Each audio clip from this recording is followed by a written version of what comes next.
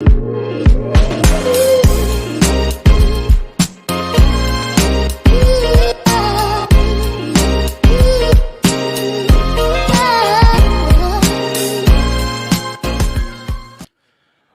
going on, people? Welcome back to Curtis Shaw TV, back with another live stream. Today, we'll be looking back on a huge victory for Arsenal on the weekend as they all but ended Manchester United's top four hopes. And it was a great victory in the end for Arsenal. A game that, was in the balance, let's be honest. It wasn't an easy victory, but we got the job done in the end. 3-point collecting business, people.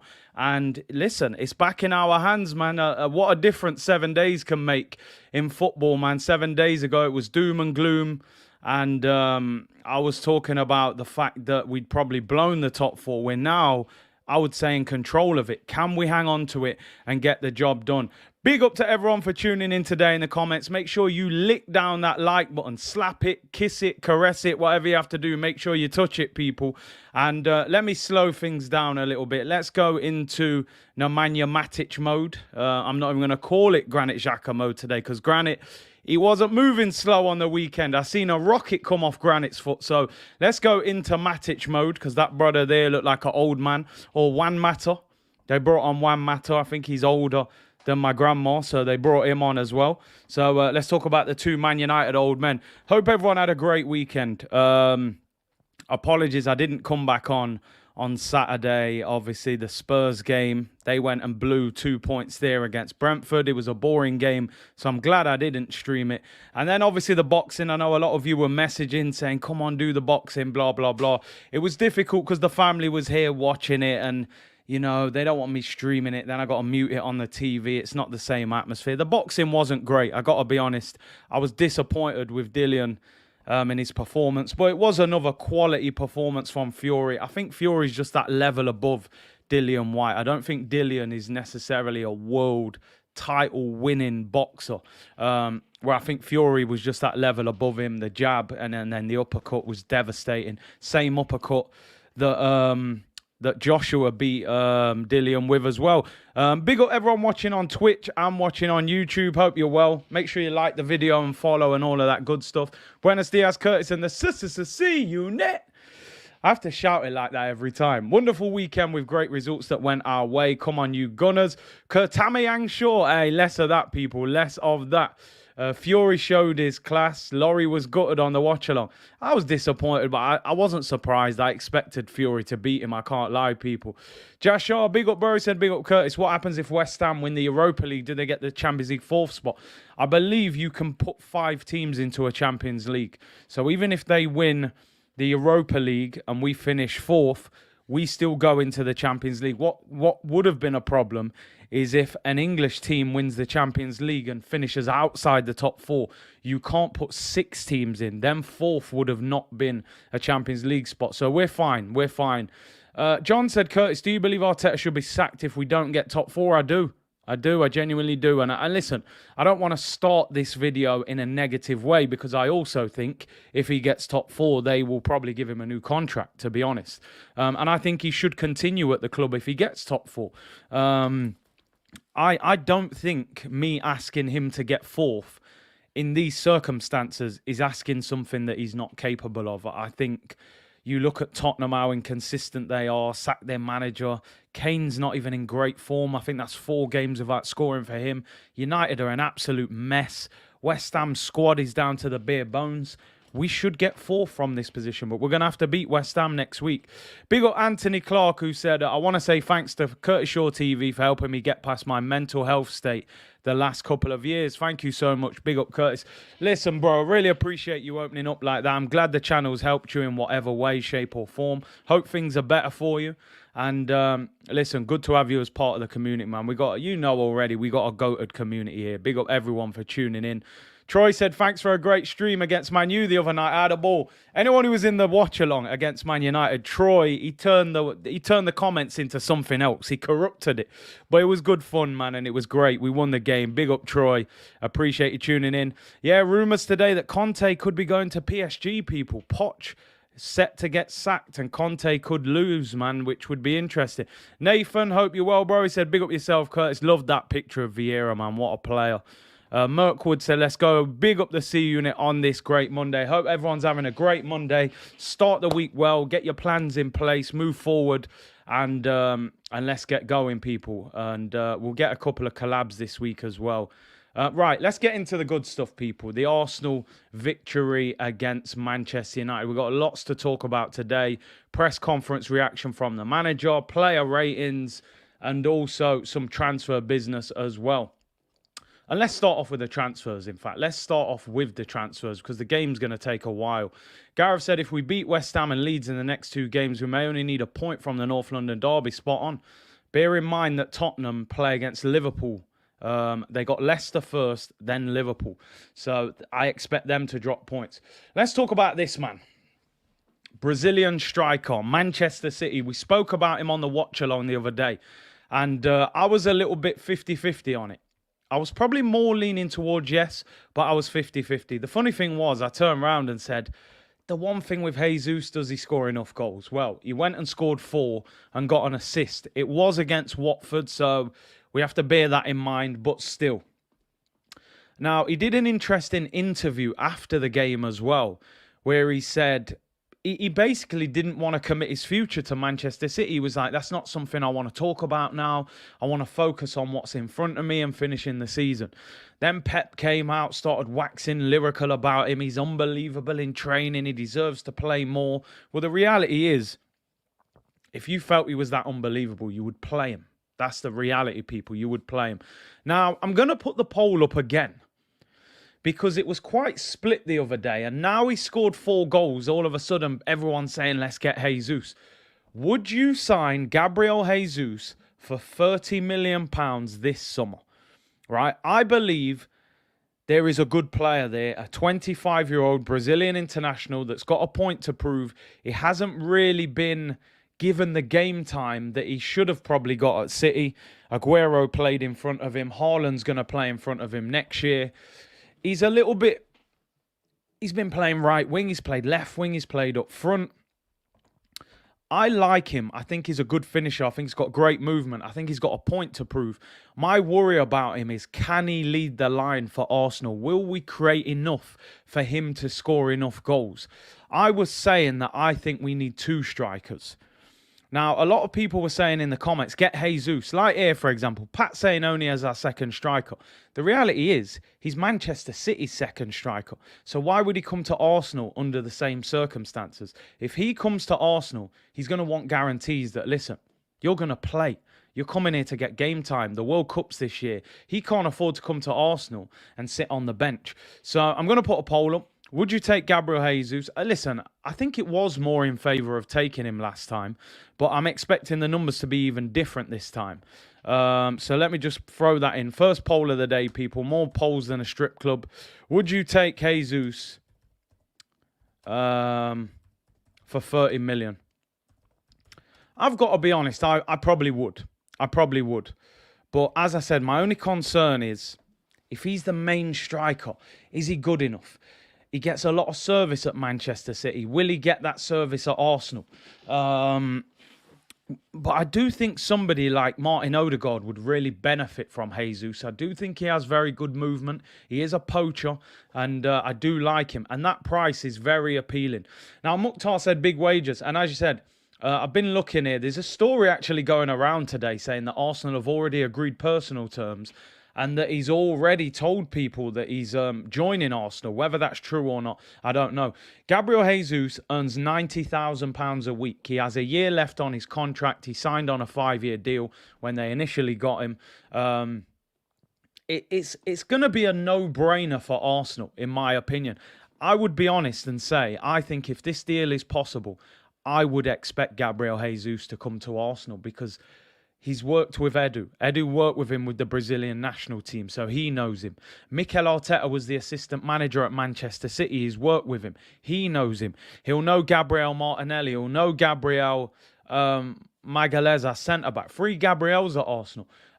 He's played in the Prem. London's an easy city for him to adjust to. 30 million will definitely appeal to the club. And I think they'll be all over this. I really do. 6 times said Curtis, Darwin Núñez or Jesus. Listen, I'd love to take both.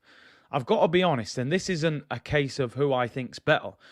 The way Arsenal play, I kind of think Núñez is more what they want, because they wanted Vlahovic, a 6 foot plus striker that can hold it up, can link play. I would probably go for Núñez. Ideally, I would love to get 2 of them, but I doubt we would get them both. Lucas Live said, Curtis, I genuinely think it's a price tag issue, because Curtis, for 30 million is cheaper, but Man City wants 65 mil. See, where I would say I don't think that will happen. Manchester City sold Leroy Sané for 35 million with a year left on his contract. And I think Sané was higher rated at that time than Gabriel Jesus is now. Manchester City won't get 65 million for a player with a year left on his deal. So I do think he would be 30, 35 million. Maybe if he keeps scoring and wins them the league, they might ask for 40. E. Ross said 25 years old, bags of potential, big up C, big up E. Ross. And I agree with that. Listen, he's still at a good age. You know, I don't think he's anywhere near his best yet. And I don't think we've even seen the best of him in the Premier League overall, because he's never been first choice. Jonathan said, can we actually give thanks that the season is not over and we are getting credible links to players unlike the season before? We can actually prepare, because the thing is now, there's excitement around Arsenal. Players are looking at Arsenal. No matter what I think about Arteta, and I've questioned him and certain things like that, players will look at Arsenal and think, you know what? If they're in the Champions League, I will go there.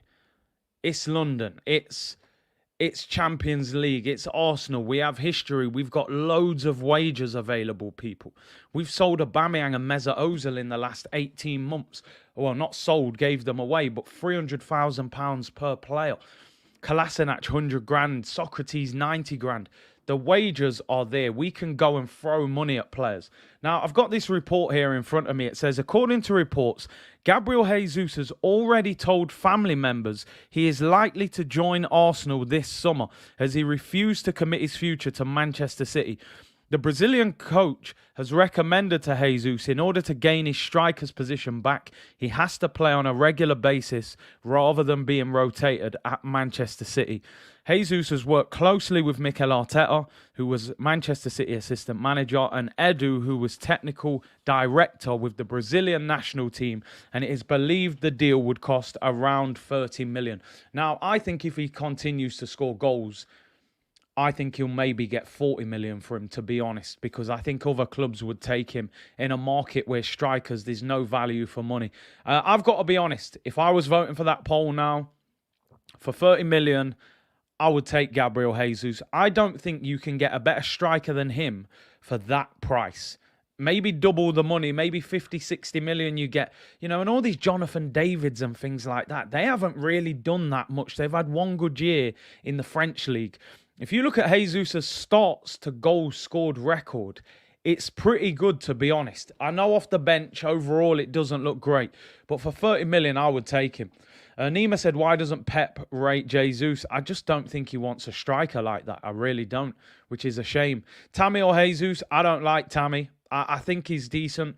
They're asking for 80 million. So if you're asking me Tammy at 80 or Jesus at 30, I'm taking Jesus. I don't think Tammy is worth anywhere near that kind of value. If Tammy was cheaper, maybe we'd have a conversation. Ivan Toney's good. He is good, but I just don't think Arsenal will go for him. I don't know why. Snake Eye said, 100% Big C, we are very appealing at present. We are, people. Because let's be honest, let's say you really want to play in the Prem, and Manchester City and Liverpool are not going to buy many players in the summer. They don't need much. City will get Haaland, 1 or 2 others. Liverpool probably get a midfielder and 1 or 2 others. Chelsea are a little bit unpredictable at the moment. I don't know if people have seen, but Antonio Rudiger is leaving. He's probably been their best centre-back this season. So that's their best centre-back gone. Christensen's supposedly going to Barcelona. Players will potentially start jumping ship from Chelsea because of the unpredictability of their future. Now, then that leads you to Arsenal, Man United, Tottenham. Now, Conte's being linked with PSG. Man United are going to have a mass clear-out. You don't know how that's going to go. Ten Hag could be a world beater. He could also be a flop. So Arsenal is appealing. It's London. It's Arsenal. It's history. It's wages. If you throw Champions League on top of it, all of a sudden, people want to come here, people. And like I said, we've got lots of free wages to give people. Martin said, get Curtis Shaw for free. Listen, I'm ready, people. I'll be more of an attacking threat than Lacazette. I'm telling you. Nah, listen. I'll stick to the community, people. We'll keep it moving. Christian, thank you for the super chat. Said the only way it will work if we strengthen the midfield and change our system. He plays off the shoulder. Pep would keep him if he could hold the ball up. Yeah, possibly. Listen, I'm sure Pep would like to keep Jesus as a backup to Haaland if he gets Haaland. But Jesus has to play. Shaq, I think you're totally right. Listen, I've said this time and time again. I said this on Talk is Cheap, and I was criticised. I've said time and time again that I would sign Divock Origi. He would not be my number one striker. No chance, right? I believe there is a goal scorer in that guy. I've seen him play. You've seen him play, people.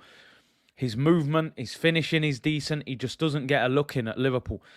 If you got Jesus and Origi, I would be happy with that because you got your little man with the movement who plays off the shoulder. Divock Origi's quite tall. He's only 27. He's a free agent. He's got goals in him. I would take him all day long.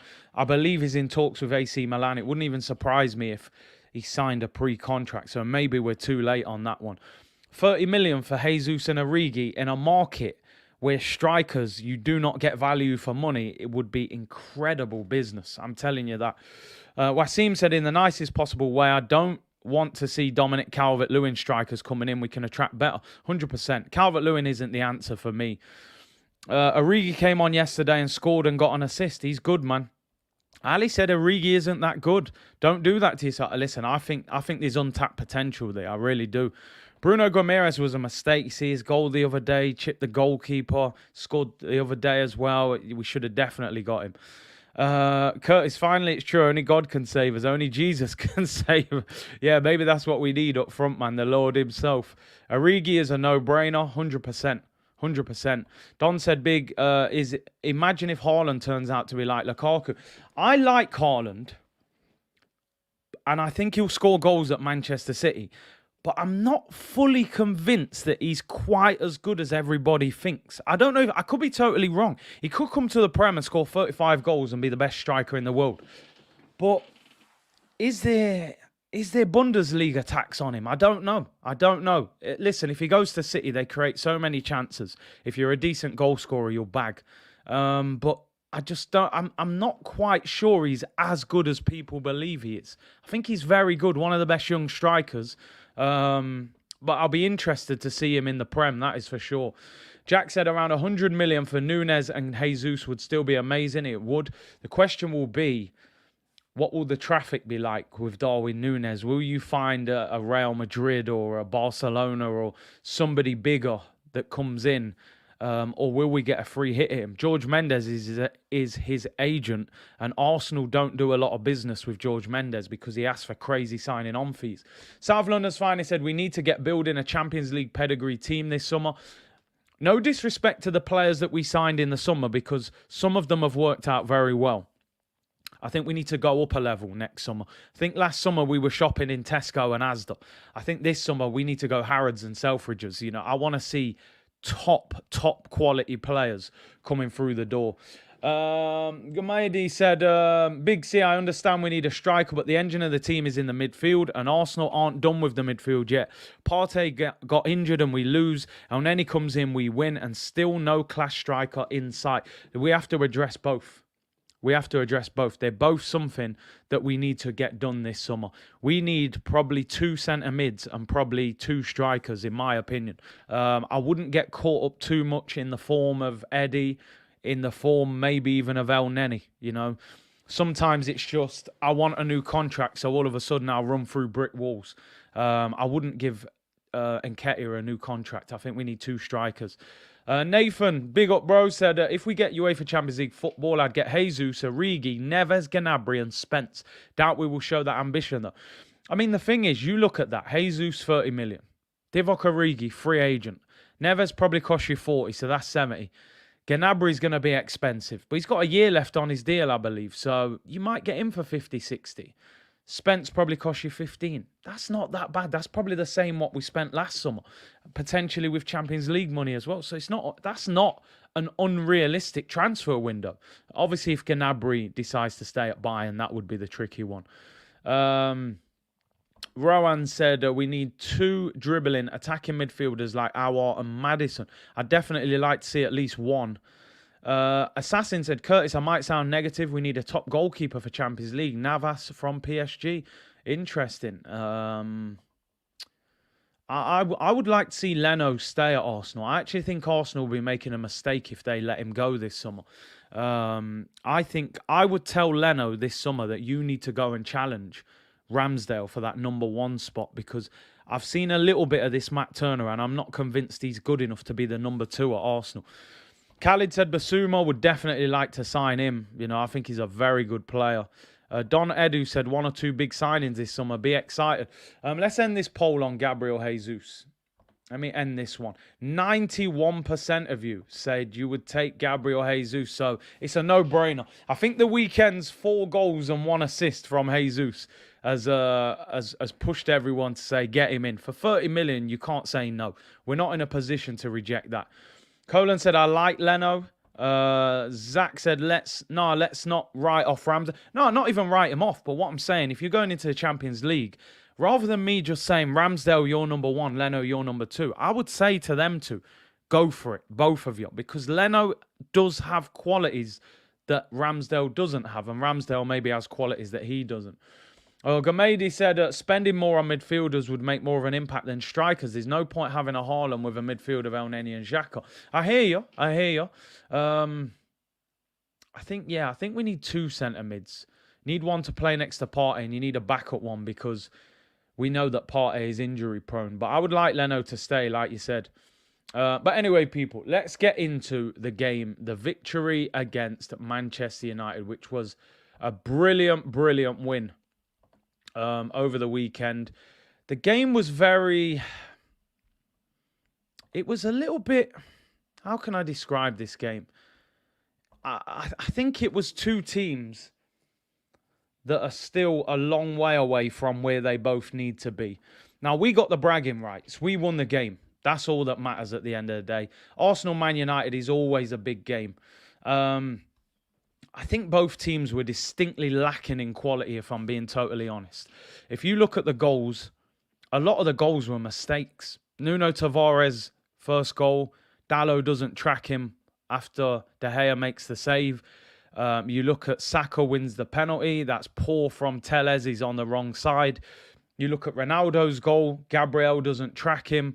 Ramsdale hesitates. Granit Xhaka, Bruno Fernandes gets caught on the ball. And then De Gea can't see it, and it's a great finish. I think both teams have got a lot of work to do in the transfer market, but we're probably in slightly a better position than them. You'd say they've got more individual brilliance than us and bigger names, but I think we've got more of a collective unit than they've got. I think they've got a lot of rebels in that dressing room who don't want to be there, who don't like the manager, and they're probably in a worse position than us right now. Charles Stewart, thank you very much for becoming a member. Member stream's going to be on Wednesday, people. Wednesday, 4 o'clock, member stream. Join me for that. Wednesday, 4 o'clock, member stream. Come on and have your say, as always, people. Gunnar Roller said, we need one of Sterling or Gnabry and Neves and Tielemans and Osimhen and Jesus. I would certainly like a few out of them. Maybe even Basuma as well. I would like Gunnar Roller, player I like. But yeah, listen. It was bragging rights. Simple as that. I was texting all my Man United friends, blah, blah, blah. You lot are rubbish. You're worse than us. You know, look at our team. We had players missing. Still beat you. But it's just a case of getting back into that top 4 now. I know a lot of people. I know a lot of people think that what's the point Arsenal going into the Champions League because we can't win it. The reality is, like I said the other day, people, we have to step forward. We can't just jump from finishing 8th to winning the league. We may never be able to win the league with the Cronkays and Arteta. Time will tell. But the reality is, Get back in the Champions League. The money comes back. The prestige comes back. I don't care what anybody says. You can attract a better player when you're in the Champions League. Sometimes Man United will overcompensate financially and stop that occurring. So they'll say, oh, but they signed Pogba with no Champions League. But they gave Pogba 300 grand a week and paid 90 million for him. So you can get around it. But Arsenal don't want to do that. We've been burnt doing that in the past, giving people money that they're not worth. Champions League, like you've said, money, prestige and elite players. Would Vlahovic have come to Arsenal with Champions League? Possibly. Possibly. Without it, he's not going to answer the phone. We saw the quotes from his agent. He was ignoring us. Yeah. If you're in the Champions League, Núñez would come to Arsenal. These players would join Arsenal. No doubt about it. So that's all that matters for me. I don't care if we, stink out the place between now and the end of the season. We need Champions League. We need that excitement of a transfer window with big money. Because if we've got Champions League and we don't go for it, we then know that it's down to the Kroenkes because we know we can attract those players. Shive, not ignoring you, bro. Nearly 2,000 people in the chat. Just, I don't ignore people. There's a lot of comments. I can't read all of them, bro. I try. Haroon the Gooner said, would you take Pogba? I said before I would. But I don't think Arsenal would go for him. I don't think he suits what we're trying to do. It would be massive wages. His agent is horrible. They wouldn't go anywhere near Pogba. But let's get into this game. Let's get into this game anyway. As I said, we reviewed the goals quickly there. Tavares gave us the lead. Saka cuts in front, whips into the far corner. De Gea, good save. Nuno Tavares taps it in. We then get the penalty. Saka, Ronaldo scores, and Xhaka scores. We're going to get into the player ratings. As I said, it was two fallen giants, but we look like we might be able to recover quicker than Manchester United. I've got to be honest, Cristiano Ronaldo was head and shoulders their best player. I don't know if that's a good thing or not for United, because to be honest, you don't want a 37-year-old being your best player on the pitch, because when he goes, what happens? And they're in a strange situation, but we'll leave them to their own mess. And deal with our own issues. Now, let's go through the player ratings. Before we get into this, I've got some interesting ratings for some players today, because I'm very much of the belief that just because your team have won, everybody shouldn't get high ratings. And when you've lost, everybody shouldn't get low ratings, because it is possible to play well and lose a game. And it's possible to not play that well and win a game. I think there were some players in the team that played really well, and there were some players that didn't play too well. Would you take Ronaldo? Ronaldo at Arsenal, man. I mean, listen, I'd take him for a year. I'm not going to lie. It wouldn't happen. If you could get him on a free transfer or something, I'd probably take him. But yeah, unfortunately, it wouldn't happen. But I think Ronaldo will leave Man United this summer. I can't see him playing Champions League, Europa League or Conference League. That is for sure. Right, let's get into the player ratings, people. Aaron Ramsdale in goal. I watched the game back this morning. I purposely waited until this morning, so it was fresh in my mind, because obviously you always miss certain bits of the game when you're on the stream. I thought Ramsdale was average. I don't think he was terrible. I don't think he was particularly good. I felt on the Cristiano Ronaldo goal, he comes out, then he hesitates, then he goes, and Ronaldo's shot hits him. If he just goes and doesn't have that little hesitation, there's a possibility he blocks that shot. Where I'm going to give him his credit back, though, people, he makes an unbelievable save from Dalot. Unbelievable at the near post. He's expecting Dalot to drill that across him. He puts it near post and tips it onto the post. And that save is pivotal. It's absolutely pivotal. I'm going to let him off with a 6 for the reason that I think the save makes up for the mistake earlier in the game. Because even though I think he could have done more with Ronaldo's goal, I believe Ronaldo's goal is more down to Gabriel than Aaron Ramsdale, if I'm being honest. He is in no man's land, though. I'm gonna give him a 6 because we won. If we hadn't won, I'd probably be giving him a 5. Some of his passing, as I said with Ramsdale, calm down, bro. Calm down. I don't know if he's drinking Red Bull before games. And I agree, hasn't looked as good since injury. I've got to be honest. Since he's come back, hasn't had a particularly great game. One thing I'll say with Ramsdale, he's 23 years of age. It's his first time at a big, big club. No disrespect to, the likes of Sheffield United. And 23 is so young for a goalkeeper.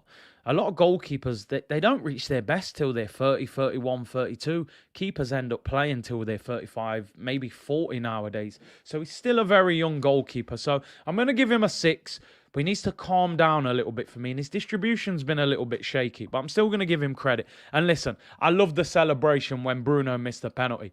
A lot of people saying, oh yeah, but he didn't save it. I don't care. Bruno is a scumbag for me. He's a cheat. He's a coward. I don't like his attitude. He should have got sent off. Go and celebrate in that man's face. I love that. Love it. Anthony said, in the 20 years we were in the Champions League with a top manager and better director of football and scouts, how many times did we spend big and sign top players? And I agree with that. The thing is, we've got to hope that times have changed, because throughout a lot of that time where we were in the Champions League, we were paying off the stadium. So we were selling one of our best players every single summer.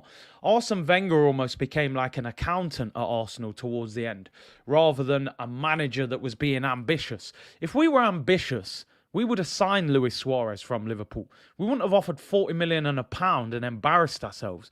We'd have offered 45 million, 50 million and got the deal done. He was probably the best striker in the Prem at the time. So Arsenal flattered to deceive in the transfer market. We've got to hope that times have changed. And it's not always about signing the best players. It's about signing the right players. As I said, Liverpool, they're competing for all 4. No one's ever done that in the Premier League. Robertson come from Hull. Trent came from the youth team. Matip was a free from the Bundesliga. Henderson came from Sunderland. Jota from Wolves. Mane from Southampton. It's about the right signing. Doesn't always have to be the name brand, So, yeah, man. Latest high tackle I've ever seen. How did Bruno not get sent off? He's a proper scumbag, that guy. I really don't like him. He's a good player, but I hate his attitude. Make sure you smash the likes, people. Over 2,000 of you in the chat. Can we get 1,000 likes today? Brilliant support. And I have to say thank you. We got over 85,000 views for the Manchester United game and nearly 3,000 likes on the video as well, which was unbelievable. And it really helps people. The YouTube algorithm loves all of that, comments and likes and all of that. So really appreciate the support. Apparently, I missed Latte's super chat. I'm trying to find it, bro. We got so many comments in. I really can't see it. Let me have a quick look. Have I got it? Anthony's one's there. Latte, put it in again as a normal comment. I'll read it out. I didn't see it. Comments are absolutely flying and it must have gone. Oh, here we go. We got it. Big C, what do you think of Gravenberch and Bellingham? Gravenberch's going to sign for Bayern Munich, so that one's out the window already. Bellingham, I love him. I would absolutely love him at Arsenal, but he's going to cost 70, 80 mil. I just don't think Arsenal will drop that on a young midfielder. I think Liverpool are going to go for him. Get it to 100k. Yeah, listen, hopefully. We've got some big games coming up. Maybe we can hit 100k likes. Let's continue. Let's go with Cedric, people. I mean, listen, growing up, I used to sit there and watch Def Comedy Jam, Chris Rock, Chris Tucker, Bernie Mac. I have to say, people, Cedric Suarez went back to Cedric the Entertainer. I don't know what was going on with this guy. He's had 2 stinkers 2 weeks in a row. Last week, I thought he was playing for Southampton. And this week, I just don't know. Maybe Ronaldo on the pitch, he was starstruck. I don't know what was going on with this guy. It was Def Comedy Jam all over again. This guy was swimming on the floor. I mean, I don't know how that wasn't given as handball. Let me not even cap. Yeah, he was awful in this game at times in that first half. I give him a little bit of credit. I felt in the second half he wasn't too bad. But in the first half, he was all over the place, man. Was dancing around Jadon Sancho. He couldn't handle him. I don't want to annihilate him. And he didn't cost us a goal. I don't know what to give him. I'm going to give him... Do I give him a 4 or 5? I thought he was poor. I thought second half he wasn't too bad. What do you reckon, people? Do you give him a 4 or 5? I had a 5 written down. I got to be honest. I had a 5 written down, but I thought he was really bad in the first half. We'll go 4.5. I think he was our worst player, to be honest. I'm going to give him a 4.5. We'll fall in between. No, do you know what? I'm going to give him a 5. We won the game. I'm going to give him a 5. I'm going to squeeze him a 5. I thought second half he was better. He didn't cost us a goal at the end of the day. Sancho didn't create a goal, score a goal. So I'd say we got away with it.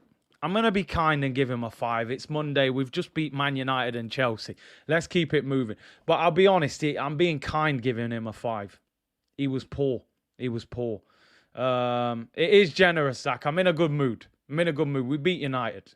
We won the El Bantico, man. Let's keep it moving. I'm being generous. He was probably a 4. All right, I'm going to give him a 4. I'm thinking back to things what he was doing. Nah, I'm giving him a 4. He was terrible. I'm giving him a 4. Right, let's go to Nuno Tavares. The dog was barking, people. The dog was barking, but again, not for all the right reasons.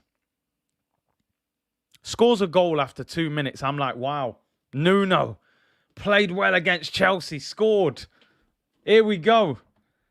For the rest of the game, he was pretty poor. Gave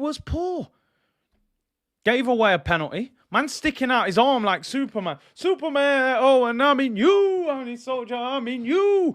What's the brother putting his arm up in the air like that for, bruv? I don't know what this guy's doing. Head the ball. Did he think he was playing catch? I don't know what he was doing. Why did he put his hand in the air? You know when you catch the ball and throw it? Go and get it, bro. Throw the ball. Why is he putting his arm in the air, bruv? The man, he could have cost us that game.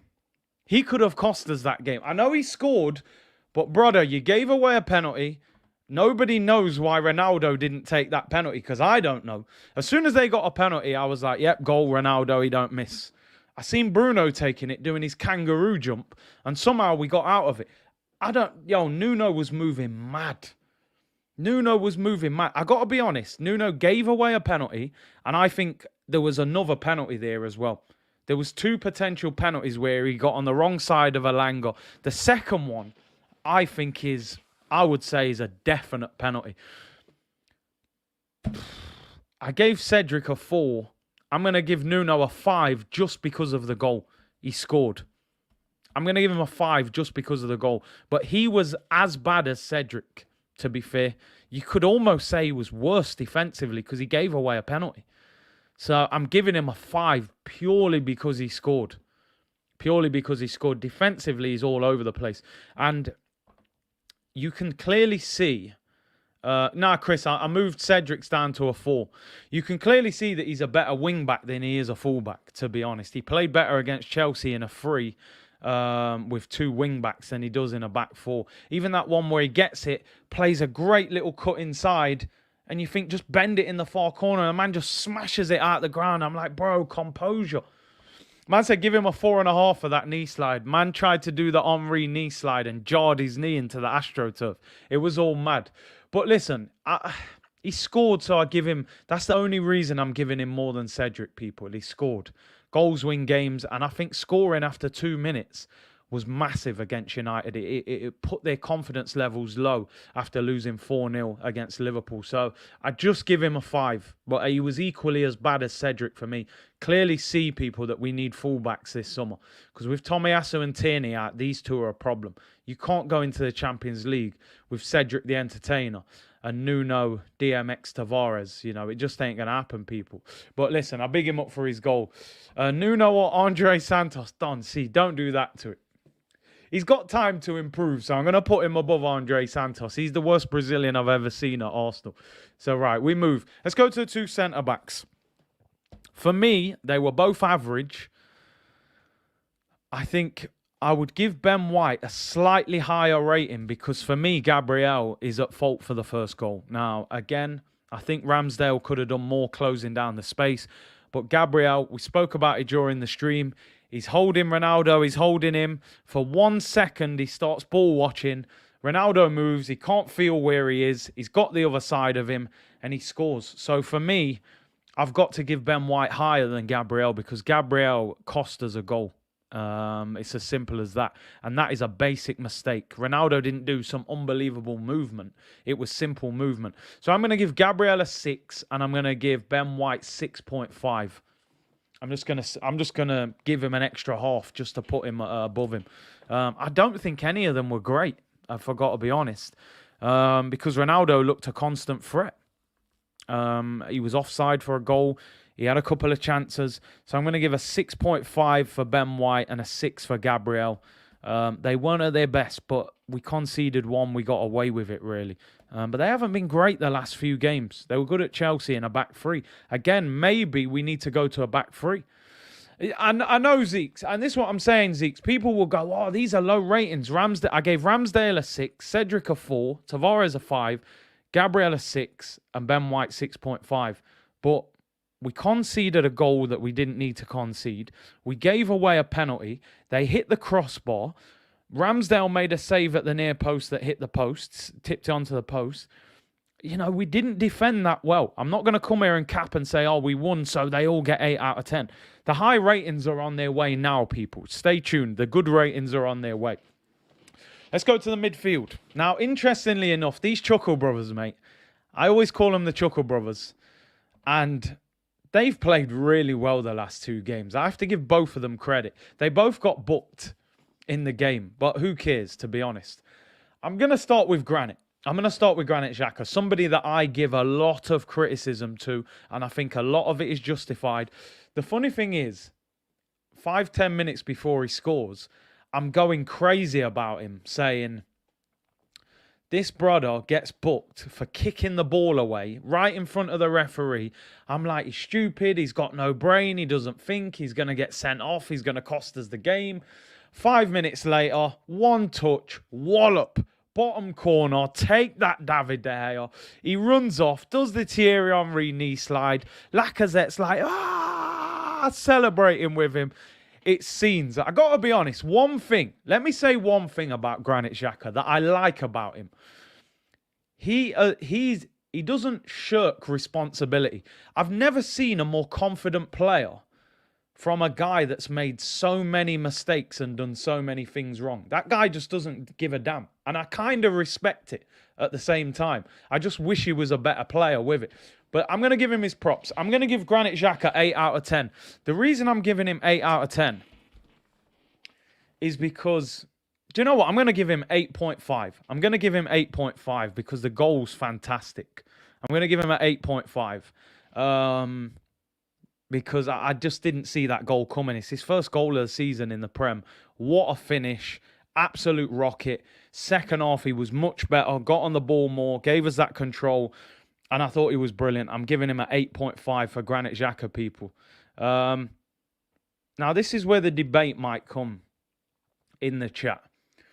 Martin Odegaard got man of the match with BT Sport. I wasn't sure who the man of the match was until I watched the game back this morning. And I want to know your thoughts and opinions.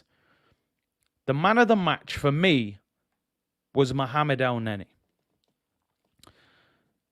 Number one, the guy is fasting at the moment.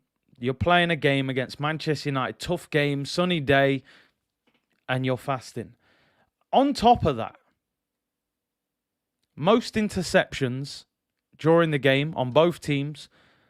Most passes completed during the game as well. And he was passing the ball forward as well. He wins the ball back off Bruno, which leads to the goal. He was the unsung hero for me.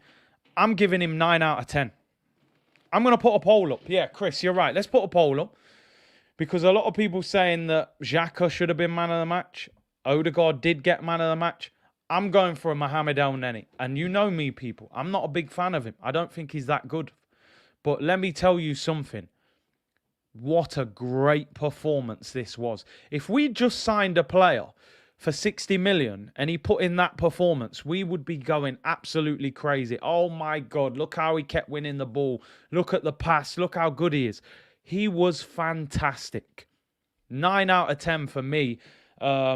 Absolutely brilliant performance. Kept winning the ball back. Played passes for. I thought he was excellent. Let me put a poll up. Arsenal man of the match versus Man United. I'll put 4 up there because I also think Saka was exceptional as well. So I'm going to put them up. So we'll go Xhaka, Odegaard, El Neni, and we'll go Saka. We're going to speak about. I thought Saka was brilliant. So Arsenal man of the match versus Man United. Let's get that up there as well, because I can see a lot of you are saying Odegaard. A lot of you are saying Granit as well. I just think when I watched the game back, I thought in the first half, we lost control of the game for 15, 20 minutes. We didn't keep possession well enough. And I felt El Neni was keeping the ball better than Xhaka. I thought Xhaka had a very quiet first half. And I thought El Neni was the better one out of the two. But I want to know what you think. So the polls there, lick it down, people. El Neni, 90 was balling. Ramadan, El Neni, clear. Big up El Neni, man. Mohamed El Javi. Odegaard touches were unreal, 100%. El Neni interception for Xhaka goal. Love that it was off Bruno as well, because Bruno shouldn't have been on the pitch. 2K in the chat, amazing support. Lick down that like button, follow on Twitch, all of that good stuff. Subscribe as well. Pyramid Pirlo, 9 out of 10. Nimbo said his man of the match was Chelsea a god, Manchester god. Yeah, no more Gibraltar god jokes. He's done really well the last couple of games. Broad said, give it to Granit Xhaka. Do you know what? I'm tempted to give him a timeout for that. He's outrageous, this guy. I believe Broads has got 4 or 5 kids that he don't know about, because these are dad jokes. He drops them daily. Man said Granit Xhaka. It's way too early in the week for that, Broads. Jeez. Patrick Truman out of EastEnders, I'm telling you. El Seydorf.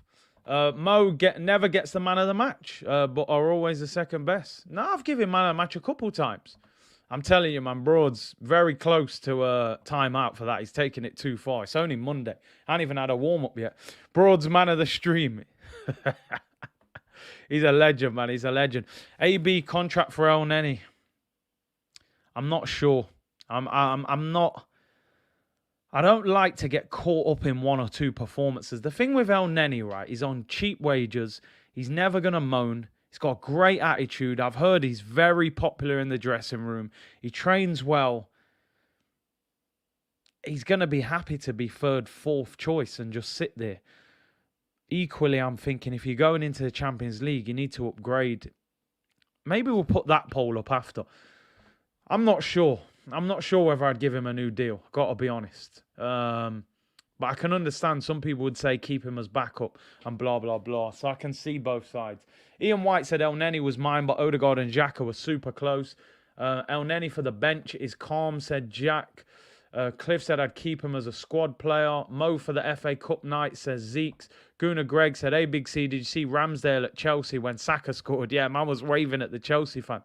He's going to be that player, Ramsdale, that every other team hates him. You know, like you play certain teams, Bruno Fernandes, no one likes him. You know, Ramsdale is going to be our player that every other team can't stand him. Because he's just got that dark arts about him. But I like it. We need more of it at Arsenal. Shaib said thanks and bye for El Neni. Jashar said no new contract for El Neni. But all right, we'll do a poll after anyway. I'm leaning towards more letting him go. I would like to see us freshen up the squad. But if he finishes the season well and gets us in the top 4, I'm sure they'll give him a short-term deal. Maybe you give him 2 years. I don't know. I just feel like he's been at the club 6 years. I'm not sure whether I'd keep him, to be honest. Let's go into the front 3 and the striker. Fitz said, yet another example of a player playing for a new contract. Aubameyang, Lacazette, anyone, don't fall for it, people. The only difference I would say, Fitz, and I know you're going to say, you've got your lawyer's hat on here again. Aubameyang was on form the whole time until that contract. So it's not like he was poor and then suddenly played well for the contract. He was genuinely playing well from the day he signed until he signed that contract. And then it kind of fizzled out. Lacazette has been poor this season, if we're being real. He's had some decent spells where his link-up play's been good and this, that, the other. Lacazette, for me, I would 100% not give him a new contract. Eddie Nketiah, I would 100% not give him a new contract. In my opinion, I would let both of them two go. But I know what you're saying. Players will play for new deals, man. I would probably cut ties with him. I got to be honest, El Neni as well. But it wouldn't surprise me if they gave him a new contract. Evgeny said, I am El Neni over Xhaka. I can understand why. He's probably more reliable. Maybe not as good as Xhaka, but Xhaka's too up and down. He'll let you down a lot of the time. Big up Luke, said, loving your channel all the time. Keep up the amazing work. We'll do a collab sometime. Take care, Curtis. God bless. Big up, bro. Keep doing your thing on your channel, man. Appreciate your support. Back to the Suarez deal. We met his release clause, so legally, how were Liverpool able to stop the deal? I don't think it was legally in the contract. I think it was something that if Arsenal bid more than 40 million, and it was a Champions League club, that Suarez was able to talk to them. It wasn't an actual release clause that if you bid more than 40 million, the deal has to be accepted. Because I don't think release clauses... I'm sure there was something that release clauses are not really used in England. So, and obviously Arsenal knew what they were doing when they made it 40 million and £1. They made it too obvious that Liverpool were like, oh, so you think you know something, do you? If we'd have offered 42 million, it would have looked normal. Because we offered £1, it looked like we're trying to be smart and we ruined the deal there. We never even came back with another deal after that. So we ruined it. We would have got him. He wanted to come to us. We messed it up. We would have won the title with Luis Suarez up front. Poker said they turned us down for taking the P. Exactly. Let's go to who we starting with the front three. I'll start with Emile Smith-Rowe because for me, he was our worst attacking player. Don't want to ruin him. He played really well against Chelsea in the week. I think we gave him an 8. I've got ESR down for a 5, people. I thought he was non-existent. I'm going to be totally honest. I thought he was non-existent. He worked hard defensively, tried to help Tavares, but I didn't see him do anything going forward, and he got dragged early, and I thought it was a quiet game, and he seems quite inconsistent at the moment, Smith-Rowe. Had a few quiet games after coming back, did really well against Chelsea, and then another quiet game where do you know what, with Smith-Rowe, I don't know what his best position is. I really don't know what his best position is. Is he a winger? Is he a number 10? Is he a number 8 in midfield, in a midfield 3? I'm actually not sure what ESR's best role is in this Arsenal team. And I almost think that's why he doesn't start sometimes, because I don't know what his best position is. I know that Saka's a winger. I know that Odegaard's a number 10. I don't know what ESR's best position is. And I think that goes against him sometimes when you're not a specialist. Okru said, give El Neni 2 years and send Lokonga on loan, sign 2 new DMs and centre mids. His wages is low. Interesting. We will get back to that. I want to get another poll up for that. Machine gives him a 6. I've given him a 5. South London's Finest gives him a 5. Yes, sir, 5. Rowan said 5. Anonymous. ESR did nothing. ESR is an all-rounder. Sometimes, what do they say? Jack of all trades, master of none. It's not always a good thing. Abby said left or midfield 3. Traditional winger. I don't think he is a traditional winger. He likes to sort of cut inside. 4 at best. B-Tech Grealish a 4. Dre gives him a 4. Hendaguna gives him a 3. Invisible Man. Somebody just said there, the comment's flown off, but imagine if we'd have had Sanchez, Suarez and Ozil. He could have even thrown Cazorla into that. What an attack. But yeah, it was a poor game for Smith-Rowe. 5 out of 10. Didn't get involved enough. Worked hard, but not a good performance. Yeah, like you said, listen. 6. He scored 10 Prem goals, which is good for a guy that hasn't started all the time. And, if he ends with 12, 13 goals in the league, it's a good season. I kind of think he's not a winger. I think he needs to play a little bit more central. Probably as a number 8 in a midfield 3. Or like sort of that role that Gallagher's been playing for Crystal Palace. I think he could play that role. Let's go to Martin Odegaard in the number 10 role. What I will say about this guy, he is the best passer of a ball that Arsenal have got. Like, just without a shadow of a doubt.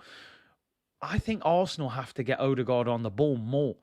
I think he can even damage teams even more if he gets the ball more, which will rely on us having, number 1, a better midfield, and number 2, having a better striker in front of him. His weight of pass is just sublime. It really is. He opened up their defence, won the penalty, played a couple of fantastic passes. I think we need more. I think we need more creative players. I think we need a midfielder that plays behind him that can create as well. It's funny because most teams are moving away from having a number 10, which is interesting why we went back to get a number 10. I thought after Mesut Ozil left, Arsenal would have a functional, hard-working midfield three similar to Liverpool, maybe with a number 8 to get forward. Yet we signed a number 10, but I think they just rated him so highly that they thought we'll go for a 10. And obviously Arteta played in a team that had Mesut Ozil where he might have loved having a number 10. I thought he was excellent. I'm going to give him 8.5, the same as Granit Xhaka. I think Xhaka, Odegaard, El Neni and Saka were our standout fours. He got man of the match on BT. I'm going to give him 8.5 for the passing. I thought he was excellent. I think you put a better striker in front of him, you get an even better Martin Odegaard. I really do. Yeah, he is kind of playing as an 8, but do you know what I mean? He's not traditional in that I don't consider him as a midfielder. I do look at him more as a cam. I think his passing is brilliant. I really do. I'm going to give him an 8, in fact. I'm going to give him an 8. I feel it's right that I put Xhaka slightly ahead of him because of the goal. I'm going to give him an 8. But he was brilliant. He wasn't on the ball as much as I would have liked, but I thought he was excellent. DV said, Big C, for months I've been telling you Odegaard plays as an 8 with Xhaka, not a 10. I hear you. But I still feel like he plays in between the lines in that number 10 sort of role.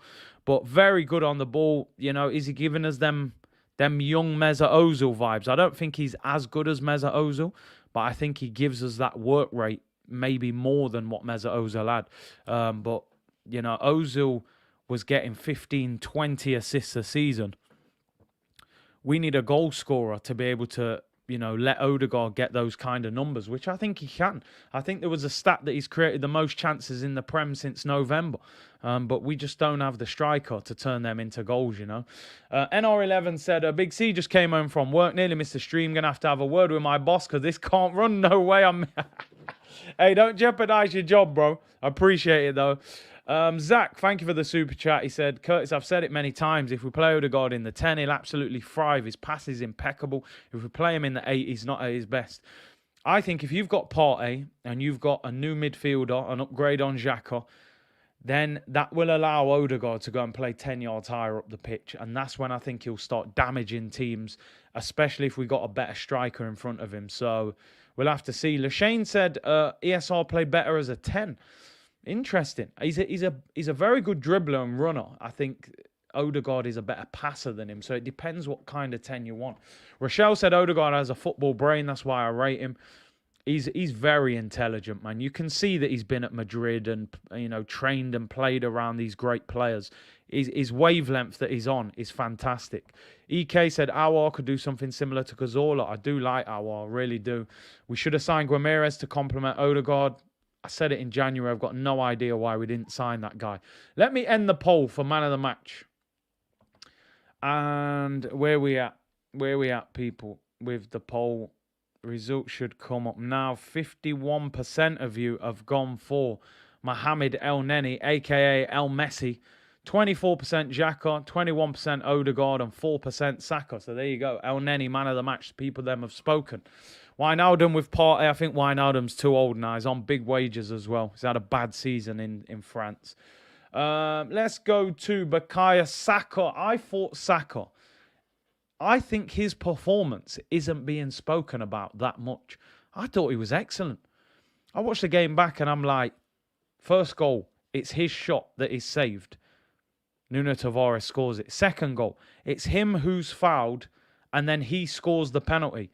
Third goal, he gets the ball in the box, could have been given as a penalty, breaks to the edge and we get the goal.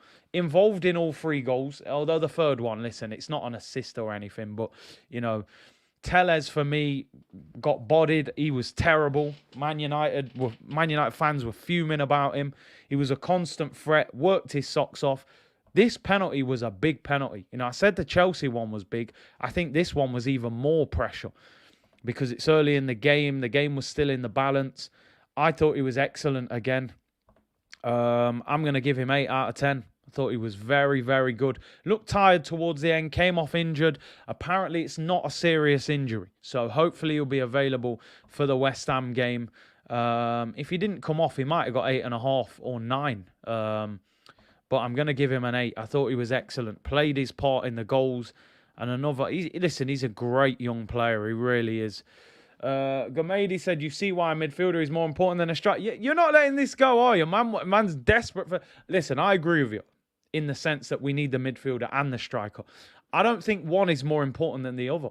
I think they're equally important. On one hand, you could say, what's the point having a great midfield if you ain't got a striker that can finish? On the other hand, you could say, what's the point having a great striker if the midfield can't get the ball there? I think you need both. We need to address both those situations in the summer. Let's go to Eddie and Nketiah. People saying Saka 8.2. I give him an 8. Let's go to Eddie and Nketiah. This is an interesting one for me. I'm going to tell you my rating shortly, but I watched the game. Eddie ran his socks off. Work rate was brilliant. Had a couple of chances. Missed a sitter. I got to be honest, he missed a sitter. I thought he was offside. I didn't get too excited in the stream. Saw it back on the replay. He's onside. He's one-on-one. Hits it straight at De Gea. Should score. He then does score, but he's offside by millimetres.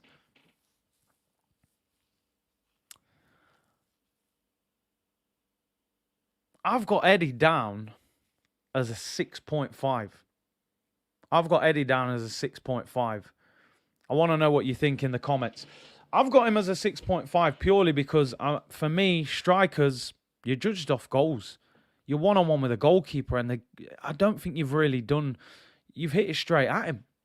For all the work rate, the endeavour, we talk about that with Lacazette every week. We go, Lacazette, yeah, the work rate, but he don't score. Eddie had a clear one-on-one with David De Gea. He hit it straight at him. He did cause havoc. He did work hard. Some of you are going to say I'm harsh. His link-up play was quite good and his energy was great. I'm telling you now, Eddie will have been in his house that night thinking about that missed chance. He ain't going to sit in the house and go, well, yeah, my work rate was brilliant and I caused problems. He's going to be thinking, how did I miss that chance? How did I hit it straight at him? I'm being harsh, people, but that's where I'm at with it. I can see a lot of you are saying 7. I think he has to score that chance. I think he has to score. I'm giving him 6.5. If he scores that, we're having a different conversation. He's one-on-one with the goalkeeper. I think I'd expect, if Lacazette missed that, we'd be ripping him apart. So I'm not going to big up Eddie for missing that. I'm just not. That pulls his performance down for me. Eddie was a 7. He was better than Ben White, 7.5. Yeah, I get you. From that point of view, I understand what you're saying. His performance was better than Ben White, but he missed a big opportunity. And we're fortunate that that didn't come back and bite us. So that's where I'm at with it. That's where I'm at. Jay Dizzle said 6.5 is a fair score. If he scored that, we'd be giving him an 8, 100%. He scores that, I'm giving him an 8 because he ran his socks off. Link-up was good. He was strong. He caused problems. He has to score. You've just got to drill it across the goalkeeper into the far corner. He hits it straight at him. He's not aware of where the goalkeeper is. He's just thinking, I'm in. Oh, panic, hit it. I've done it myself. You get the ball and you just think, oh my God, I'm in. Just strike the ball. What you need there, bit of composure. Have a look. Where's the keeper? Just drill it into the bottom corner. And at the end of the day, we've had a striker for the last 3 months that works hard. And eventually it's not enough. I need you to score. Eddie would have got an 8 if he scored for me. Without the goal, I'm giving him a 6.5. I know a lot of you are saying 7. Some of you saying 6. Yeah, De Gea is a great goalkeeper. He is. He's a brilliant goalkeeper. But if you smash that in the corner, I don't think he saves it. You're about 12 yards out. He did worry their defenders. Maybe I'm being harsh giving him a 6.5, but the missed chance for me, I don't like that. It's a clear chance, people. It's not a half chance. It's a clear-cut chance. If De Gea, was at full stretch and tipped it wide, I would have been like, you know what? There's not a lot you can do about that. The keeper's pulled off a worldie. He's hit it straight at him. Maybe I'm doing him dirty, but I'm giving him 6.5. I didn't like the missed chance. Southeast London Guna said, because he's from NC, allow it. Okay, cool. Let me not do him too dirty. I'd say he performed well. Let me say he performed well. The missed chance, it frustrated me, but we got away with it, so I let him off. Let's move into the subs, people. Let's move into the subs. But big up Eddie, though. Let me just say something before we finish on Eddie and talking about his game. He's come into the team and give us something that we didn't have in Lacazette. He's given us energy. He's playing high up the pitch. He's getting on the last defender. He's given them something to worry about, which we didn't have when Lacazette was playing in the team, you know? And I think he's doing well. We play West Ham next week. Eddie starts ahead of Lacazette. Lacazette, at the moment, ain't going to get back in the team. So I have to big Eddie up. Would I give Eddie a new contract? I wouldn't. I would not give him a new deal. I don't think he's quite Arsenal level. I think if Eddie goes to Brighton, Brentford, Southampton, Palace, be one of their 2 strikers, I think he can have a half-decent Premier League career. He's got good movement, poacher. I just don't think he's ever going to be Arsenal standard at this moment in time. But listen, if he gets us into the top 4, you've seen that the manager loves him. I'm sure he'll make him another contract offer. And he's definitely an upgrade at the moment on what Lacazette has had to offer. Right, let's go to the substitutes. Let's start with Rob Holding, who came on. Can't think of it. And he came on as a defender, shut up shop.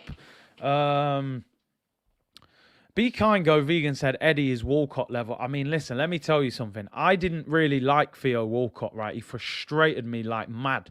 But Eddie ain't on Theo Walcott's level. Theo Walcott scored 100 goals for Arsenal. Even though I didn't like Walcott, Eddie ain't even on his level yet. He's not. Holding. I mean, Holding, he came on, won a couple of headers.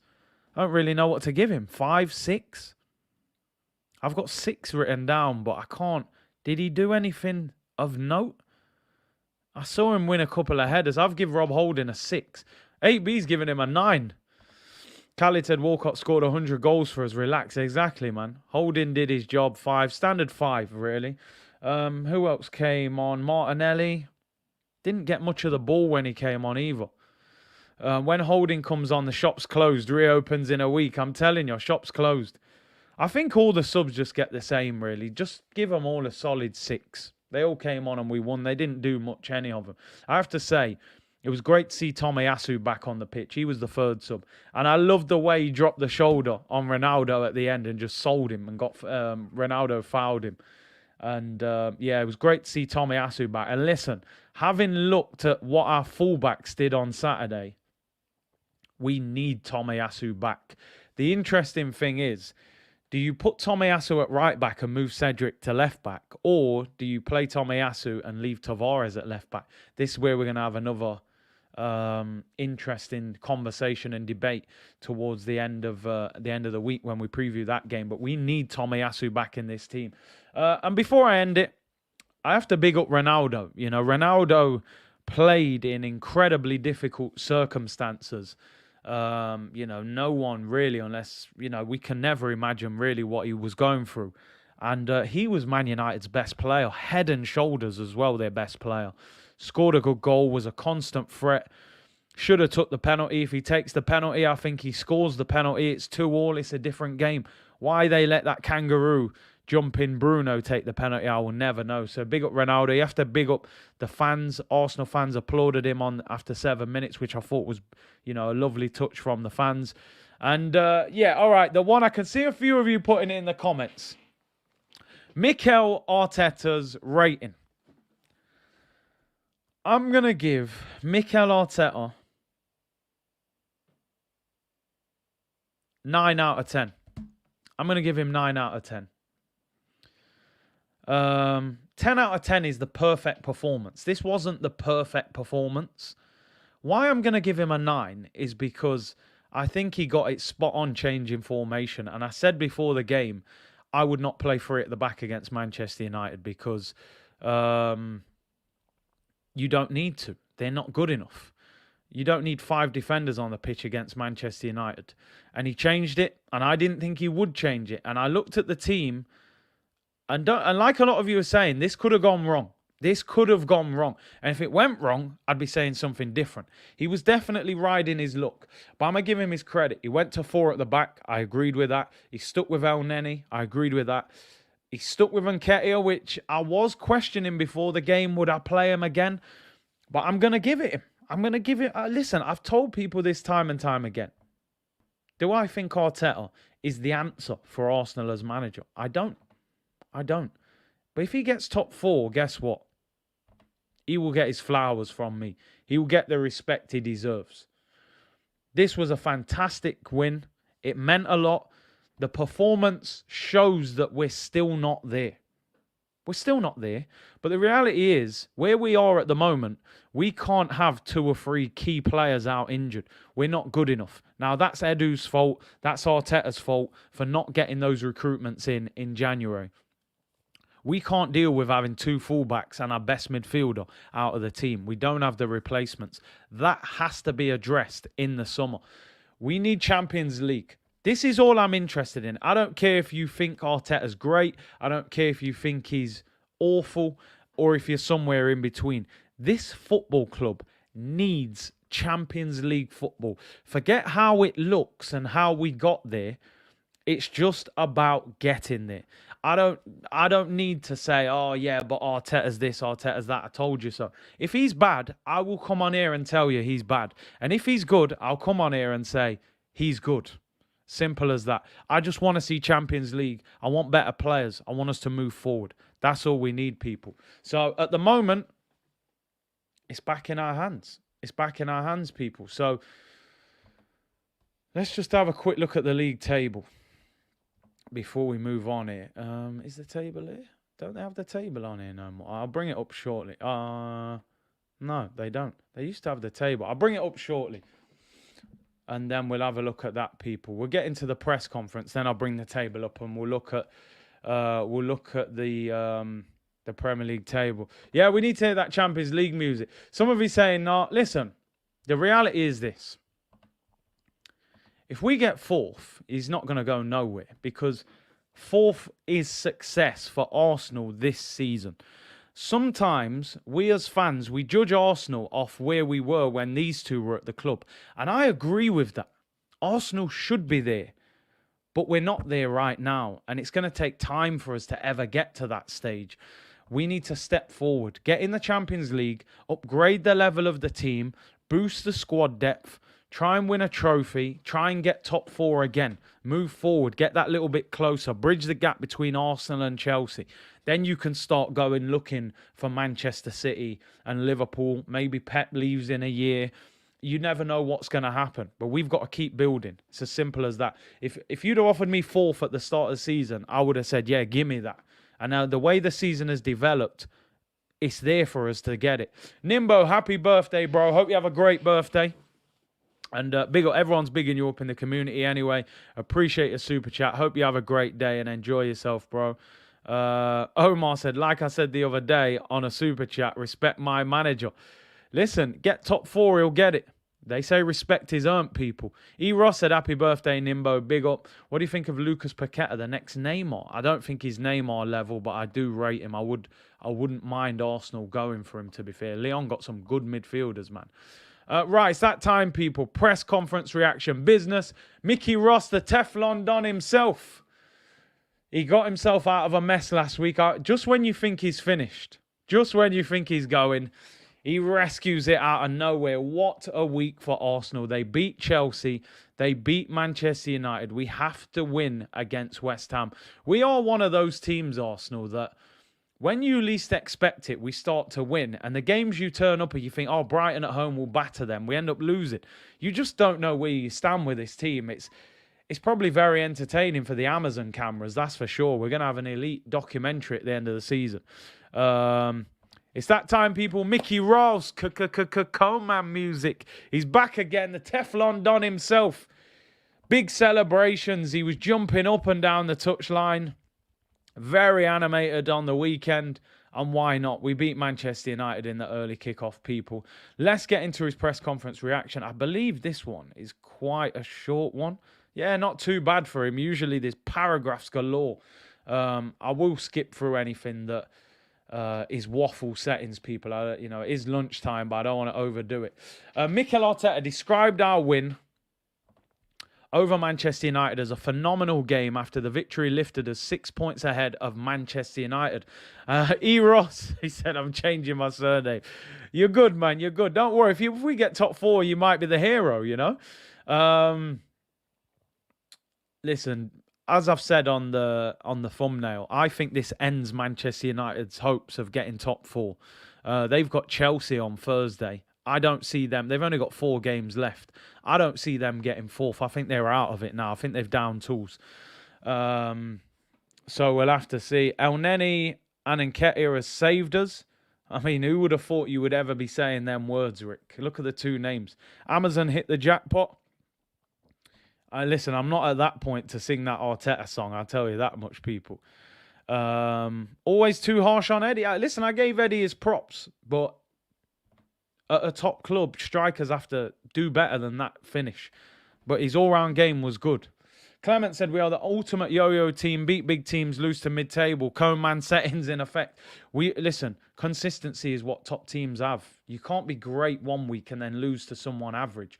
We should be going to West Ham and beating them next week. Anyway, let's hear what he had to say. On his assessment of the game, oh, mate, starts with a big paragraph.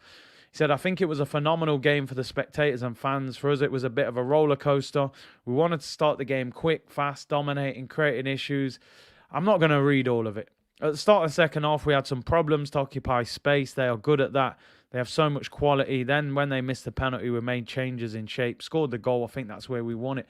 On Granit's relationship with the fans being restored, I mean, you just knew they were going to ask him about Granit and the fans. He absolutely loves this guy, don't he? North London Derby, Champions League playoffs, it could be. Top Gooner said, right, we're singing the Arteta song. Come on, Big C, give it to us. Listen, I will not sing that song unless we're in the Champions League. And even then, I might have to. I'm not sure. I can't sing it now. No chance. No chance. You can't draw me out like that, people. But listen, it was good. Let's see what he said about Granit. Oh, man. I've just read the start of the answer. I mean, listen, Mikel, we don't want to know what you're doing in your spare time. You know, I get it. I know you and Granit are close. He said, on Granit's relationship with the fans being restored, he said, I was dreaming of that. I mean, bro. The man's dreaming about Granit restoring his relationship with the fans. I mean, bro, I know, like... Ration said, you just don't like Arteta, bro. I just give the man 9 out of 10, brethren. What more do you want? I'm not singing the Arteta song. We got a long way to go, man. He's dreaming of Granit Xhaka. Pause. That's an Alexa play J. Cole wet.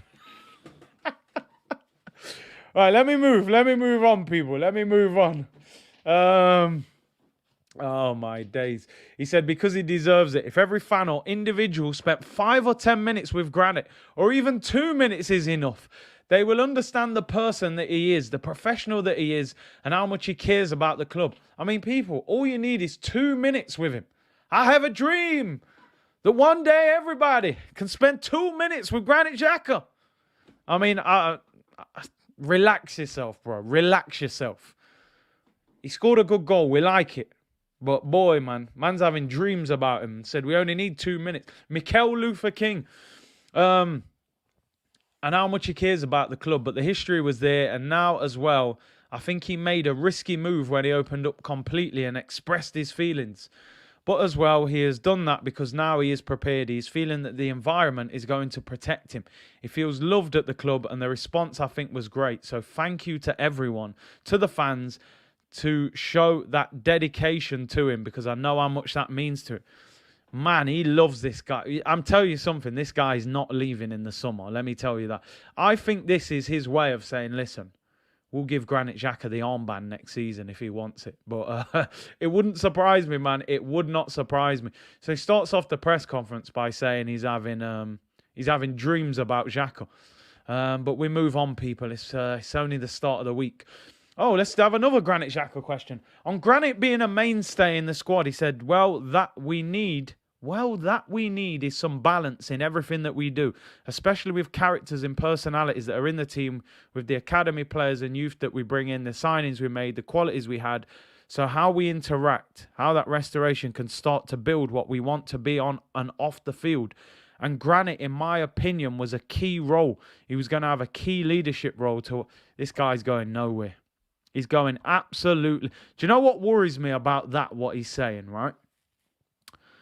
Granit, for his standard, has had a decent season, right? It's not no world. He's not going to get in team of the season. We're not going to go mental about the level. We're not saying keep him and play him. But he's basically saying there that we're kind of building around Xhaka. That worries me. I'm sorry, that worries me, because as good as he's been, you need an upgrade on him if you want to go Champions League. I don't believe Granit can go Bayern Munich away and boss a game. I don't believe he can go Real Madrid away and boss a game. He's playing better, but nah, I'm not looking to build our midfield around Granit Xhaka. I'm sorry. He's played well for him this season, but nah, man. 70 cards since he's joined the club, people. And I'm not talking about Christmas cards. James said, "Hi, Kurt. It's good content. As always, warm-hearted banter towards your own club." Listen, people, everyone gets so serious, man. As I always say, information and entertainment. That's what we want to provide on this channel with the community as well. Big up your damn selves, each and every one of you. Let's move on from Granit. There's only so much Granit we can have a conversation about.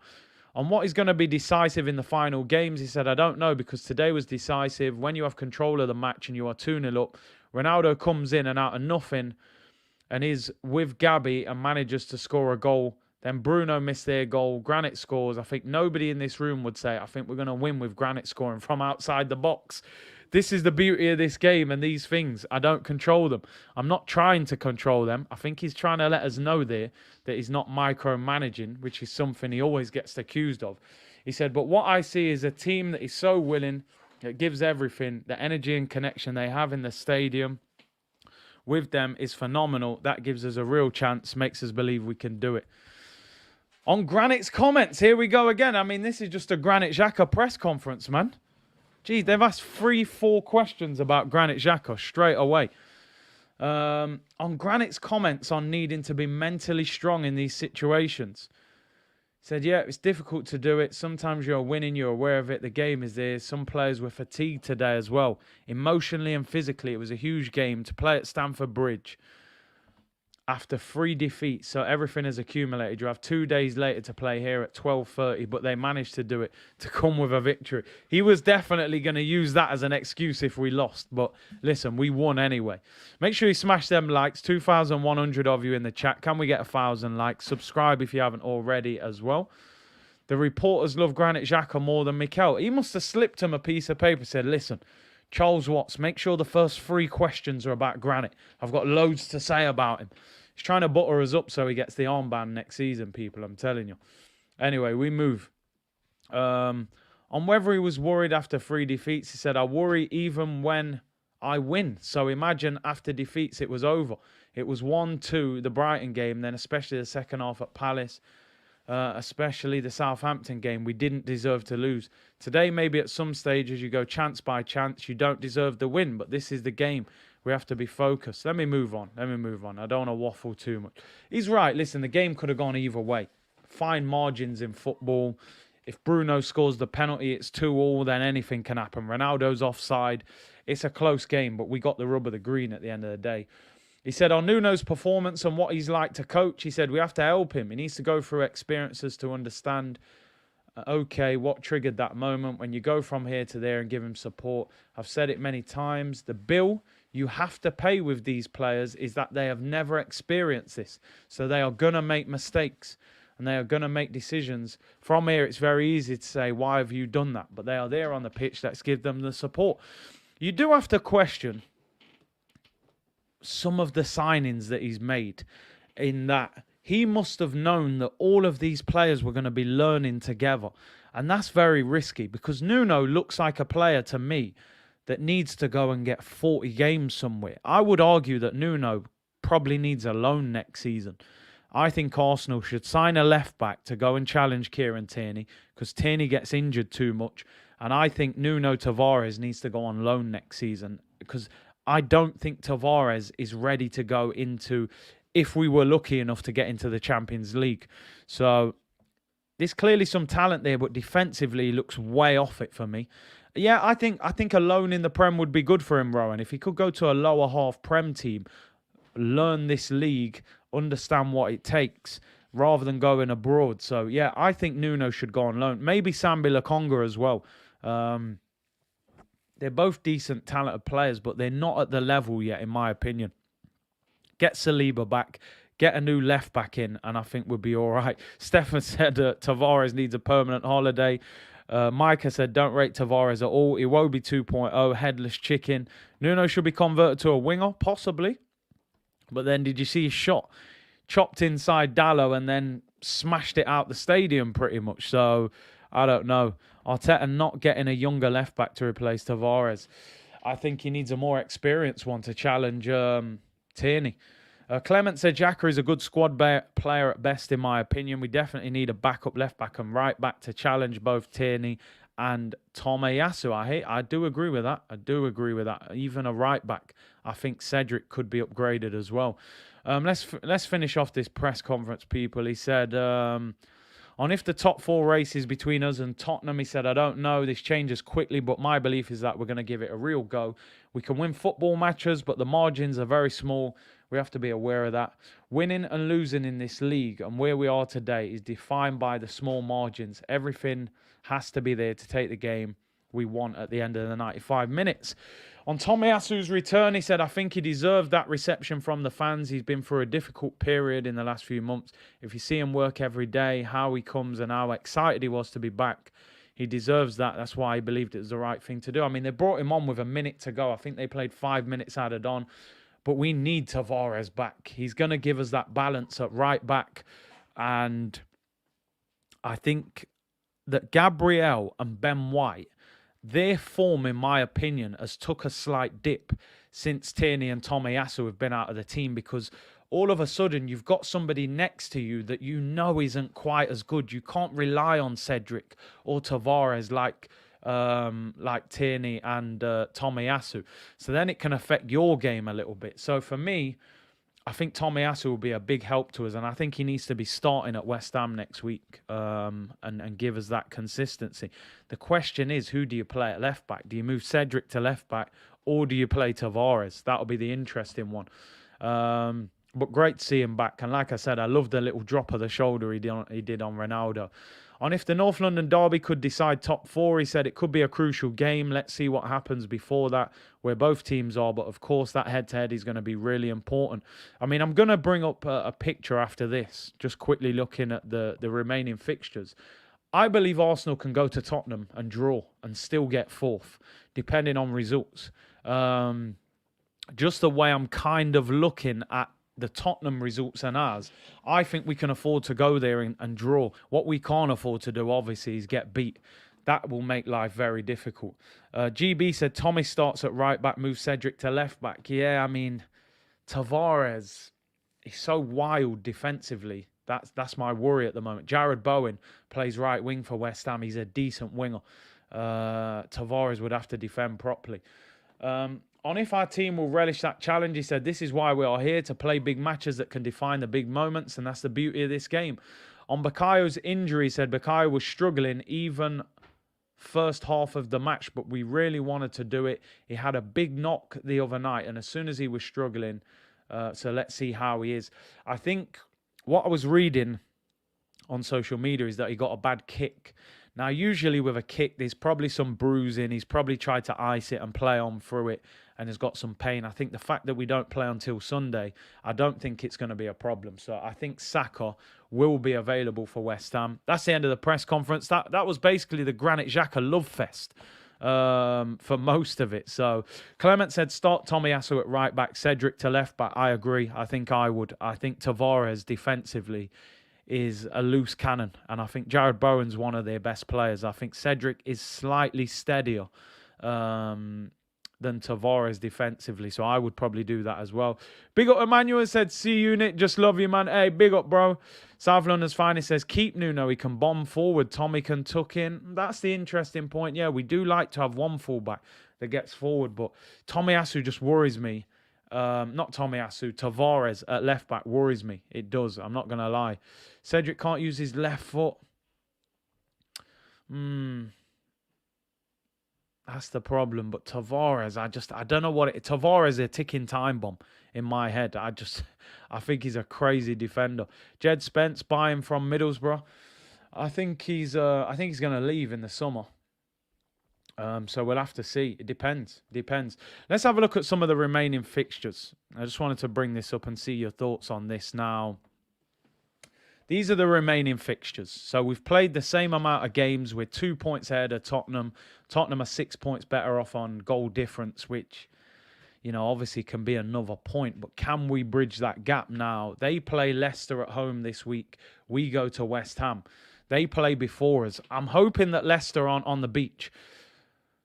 West Ham and Leicester play in Europe on Thursday night. Leicester are in the Conference League semi-final. West Ham are in the Europa League semi-final. Now, if anybody hasn't seen the news, West Ham, Ogbonna out for the season. Issa Diop out for the season.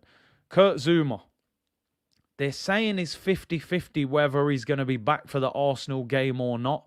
And Craig Dawson got sent off against Chelsea. So they could potentially have all four of their centre-backs out for the game against Arsenal. Dawson is definitely out, suspended. Ogbonna's out for the season. Diop's out for the season. They may have Kurt Zouma back, possibly, but apparently it's 50-50. They've only got a right-back and a young under-23 centre-back available. If those guys are out, we should be beating West Ham, let's be honest. Even if Zouma plays with a fullback or a young centre-back, we got to be going for them. We're off all week. We got no game. They played 24 hours later than us. They lost 1-0 yesterday against Chelsea. Last-minute winner. Mentally, I can tell you as a player, when you lose a game late on, you will just feel more tired because it will, you'll feel worn out from the fact you've put so much effort in and lost the game. On Thursday, they play against Eintracht Frankfurt, who were fantastic against Barcelona on the counter-attack. That's a massive game. They're going to be tired. We've got no game. We can rest, train all week. We should be fine. People saying they'll put Declan Rice at centre-back. I mean, I don't mind that. Declan Rice, their best centre-mid. So if they got to put him at centre-back next to Zouma, that weakens their midfield anyway. So however they do it, it's going to make them weaker. Can Leicester get something against Tottenham? As you can see, people, the week after, we play Leeds at home. They play Liverpool away. Now, you would imagine Tottenham will go to Liverpool and get beat. We should beat Leeds at home. If we get the same result as Tottenham this weekend, whatever that is, they draw, we both win, and we go and beat Leeds at home, who we should beat, and if they lose to Liverpool, which I think they will lose to Liverpool, we would be 5 points clear of Tottenham going into the North London derby. We could effectively draw and go into the last two games 5 points clear. Even worst case scenario, if we lost, we would still be 2 points clear. But obviously we don't want to be in that position because their last two games are Burnley at home, Norwich away, which I think they will win both of them. We've got Newcastle away, Everton at home. Newcastle in good form, Everton are scrapping for their lives. So if these next 2 weeks go the way we would like it to go, or maybe it could go, we could be in a great position.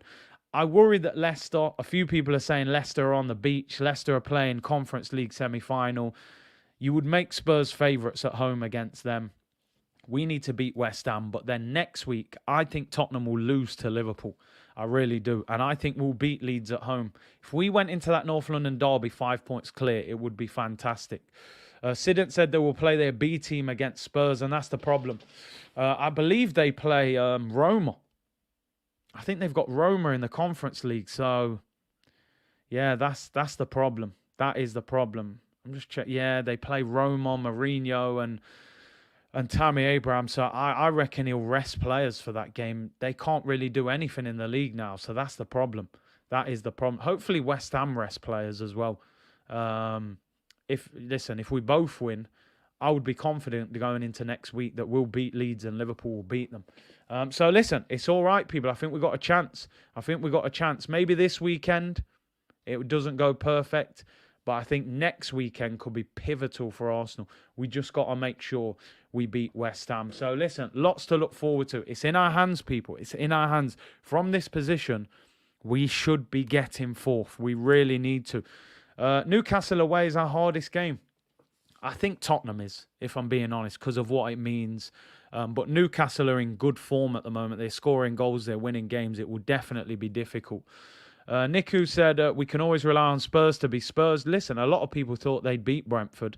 They went there. They drew 0-0. They were quite fortunate in the end to draw. I think Ivan Toney at the post in the last minute. Jay Dizzle said, we're in talks with Osimhen. We'll have to pay 67 million according to CBS. There'll be loads of rumours about strikers as the season finishes. Darren said, get the 3 points and keep it moving. That's it. Spurs will beat Leicester, said Nathaniel. Let's see what you're saying. Suraj said Leicester are impotent in attack. They had the worst game with Villa in the past week. 12 to 15 points, says Robbie. David Ornstein said, Edu and Gabriel Jesus reps have been talking for a number of months to the extent that that part of the negotiation is pretty much done and dusted. Mikel Arteta is looking to buy 2 forwards. Big up on that, man. Is that breaking news or is that been out? I didn't see that, to be honest. Let's have a look if Ornstein said anything.